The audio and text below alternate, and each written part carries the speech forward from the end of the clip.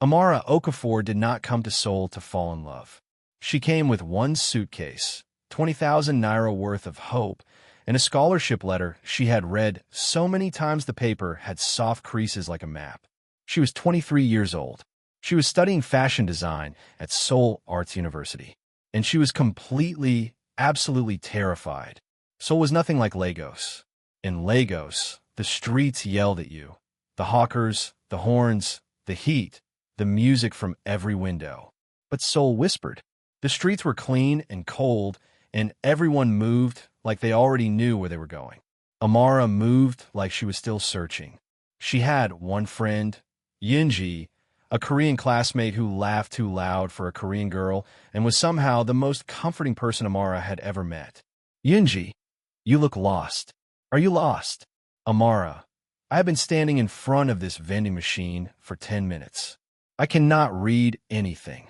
Yinji, it says banana milk, coffee, banana milk, and green tea. Coral leaves, banana milk.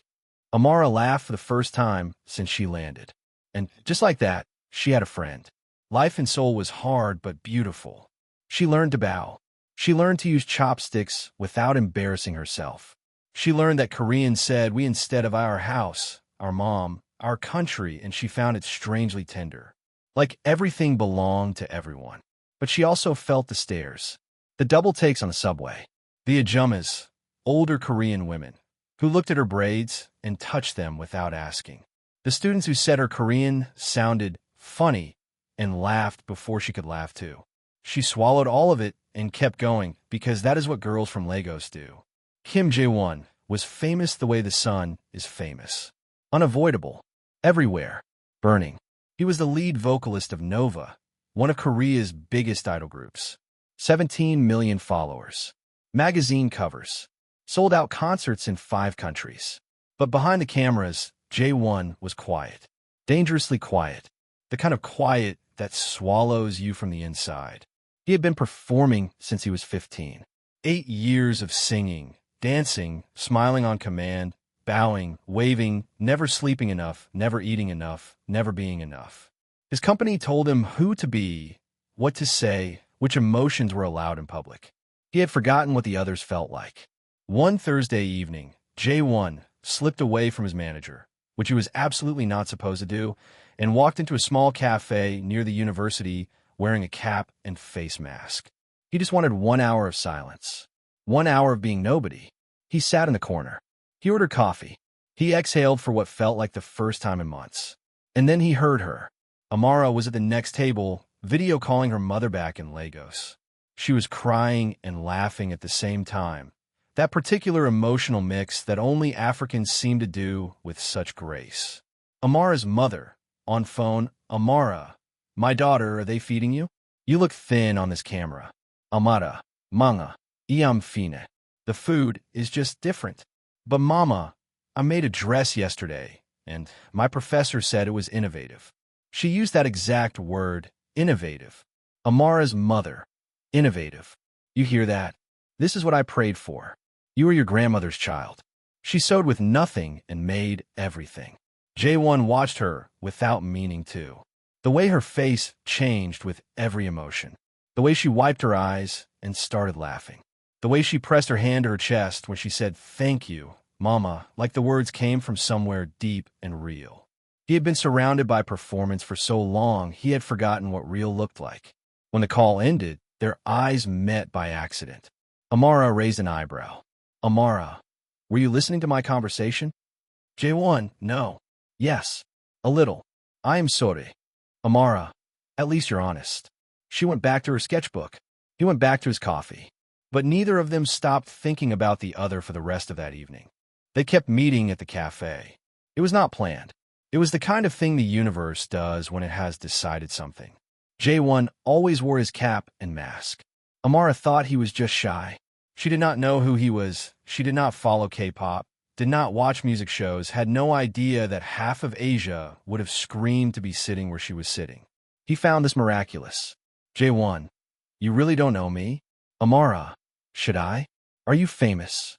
Jae-won, in some places, yes. Amara, in Lagos, nobody would know you. You would just be a tall man with nice cheekbones. He laughed. A real laugh. The kind his manager had never heard. The kind that had no performance in it. They talked about everything. She told him about Lagos, about the heat and the chaos and the love that exists in that chaos. He told her, carefully in pieces, about singing since childhood, about pressure, about waking up and not knowing if the person in the mirror was him or the character his company had built. Amara, that sounds lonely. Jawan, it is the loneliest thing in the world to be loved by millions and still feel completely alone. Amara was quiet for a moment. Then she said, Amara, in my culture, we say, Ani wetera aji wetera. The one who brings cola, nut brings life. It means the person who shows up with something real, something from their heart. That person gives you life. You have been singing for years, but has anyone ever just sat with you? Just like this. Jaewon looked at her for a long moment. Jaewon, not since I was a child. Something shifted between them. Quietly. Completely. 3 months passed. They met every week. Sometimes twice. They walked the Han River at night, when Jaewon could wear a mask without looking strange. They cooked together in his apartment. Her jollof rice, his kimchi jjigae, both of them arguing lovingly over whose food smelled better. Jaewon, kimchi jjigae has depth. Layers. Amara, jollof rice from Nigerian kitchen can make you cry tears of joy. Depth? We have oceans, Jaewon. But it was not always easy. The cultural gaps were real and sometimes painful. One evening, Amara arrived at his apartment with her hair freshly done, long, intricate braids with gold thread woven through them. She spent 3 hours getting it done, and she felt beautiful. Jaewon looked at her and said, without thinking, Jaewon, wow, that is very different, very bold. Amara's smile fell. Amara, different how? Jaewon, in Korea, hair is usually, I've never seen anything like it up close. Amara, up close? Like I'm something to observe. She left. He called 4 times. She didn't answer. The next morning, he showed up at her dormitory. He was holding a piece of paper. He had spent the whole night writing and had then crossed everything out and started again. What he showed her was simple. Just 3 sentences in English, written in his careful handwriting. Your hair is not different. It is extraordinary. I said the wrong thing because I'm still learning. Please let me keep learning. Amara read it twice. Her eyes stung. Amara, you wrote this by hand? Jaewon, I couldn't say it right with words out loud. I needed to slow down. She let him in. And that was the day they both understood. Love between 2 different worlds does not mean pretending the worlds are the same. It means learning, apologizing, and trying again. It was Yunji who told her. She burst into Amara's room, waving her phone like it was on fire. Yunji, Amara, the man you've been secretly spending time with. That is Kim Jaewon. From Nova. The Kim Jaewon. Amara felt the floor move beneath her. Amara, what are you talking about? Yunji, someone photographed you too at the Han River last week. It's on every entertainment site in Korea. Fans are losing their minds. Amara, there are people calling you names. Terrible names. Because you're African. And because he belongs to them. That's how they think. Amara sat down on her bed slowly. She opened her phone. The photo was everywhere. Comments in Korean she couldn't read, but Yunji translated some of them, her voice growing softer with each one. They called her an outsider. They called her ugly. They said she had tricked him. They said she was not worthy of him. She felt something she hadn't felt since she first arrived in Seoul. The bone-deep ache of being made to feel like you don't belong somewhere you love. Her phone rang. Jaewon. Jin. Amara, I need to explain. Amara, did you know? Did you know people were watching us? Jaewon. No. I swear. I would never. Amara, they're saying I trapped you. That I'm not enough. That I don't belong here. Her voice cracked on that last word. Jaewon. Amara, listen to me. Amara, my mother called me this morning crying. She saw the articles. My scholarship committee emailed me, asking if I am handling the attention appropriately. I came here to study, Jaewon. I came here to build something. I cannot be in the middle of your world. Jaewon, you are my world. She hung up. 3 days of silence.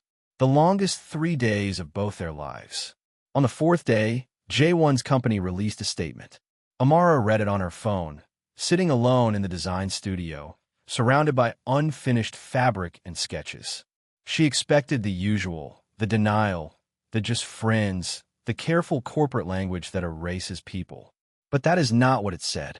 The statement began with Kim Jae-won's own words, released under his name alone. For 8 years, I've said what my company wanted me to say. Today I'm speaking for myself.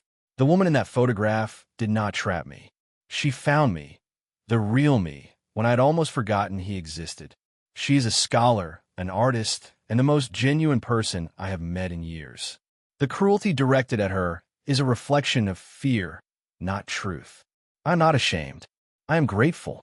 And I need to tell the public something I have never said before, something my company has been asking me to hide for 2 years. Amara's hands began to tremble. She kept reading. Jaewon had been diagnosed with severe performance anxiety and clinical depression at the age of 20. His company had kept it hidden, afraid it would damage his image. He had been performing through it, smiling, dancing, singing, while silently falling apart. He had been receiving private treatment, but the isolation, the pressure, the inability to be honest had been making it worse. Meeting Amara did not fix me, he wrote. But she reminded me that real connection exists, that I am allowed to be human. I am stepping back from the group for 6 months to take care of my health, properly, publicly, without shame. I am telling you this because there are young people watching me who are suffering in silence. I do not want to be the reason they think they have to hide it.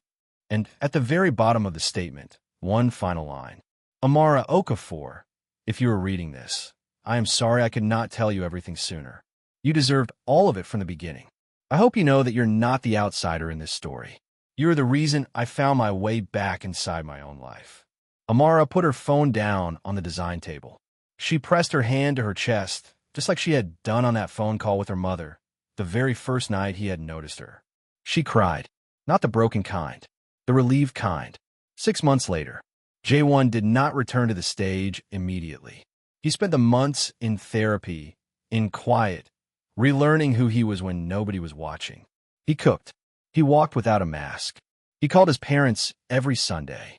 Amara finished her first full fashion collection, inspired by the collision of her two worlds. Aso oak fabric cut in the silhouette of a hanbok. Ankara prints paired with Korean embroidery. Bold West African colors in the structure of East Asian forms. She called it Sae Olam, I love you, in Korean and Igbo, the two languages sitting side by side, not translating each other, just existing together. The collection debuted at Seoul Arts University's annual showcase. 3 fashion houses sent representatives. 2 international magazines asked to feature it. And Jaewon sat in the front row in a simple white shirt with no mask, no cap, no performance. Just his own face, watching her walk out at the end of the show while the audience applauded. She found him afterwards. His eyes were red. Amara, are you crying? Jaewon, I'm Korean. We don't cry. Amara, Jaewon, you are absolutely crying. Jaewon, yes, I am. She laughed. He laughed. Around them, Seoul moved in its quiet, whispering way. She took his hand. He held it like it was the most natural thing in the world. Because it was. Their story did not end with grand gestures or a dramatic airport scene, or one of them giving up everything they had worked for. It ended, or rather, it began, with 2 people from completely different worlds deciding that neither world had to disappear for the other to exist. It ended with fabric and food, and imperfect language, and a boy who was learning to be honest, and a girl who never stopped being exactly herself. It ended the way the best love stories end. Not in a moment, but in the quiet ongoing choice to show up for someone. Again and again. Every single day. If you enjoyed this story, please like, share, comment and subscribe for more stories.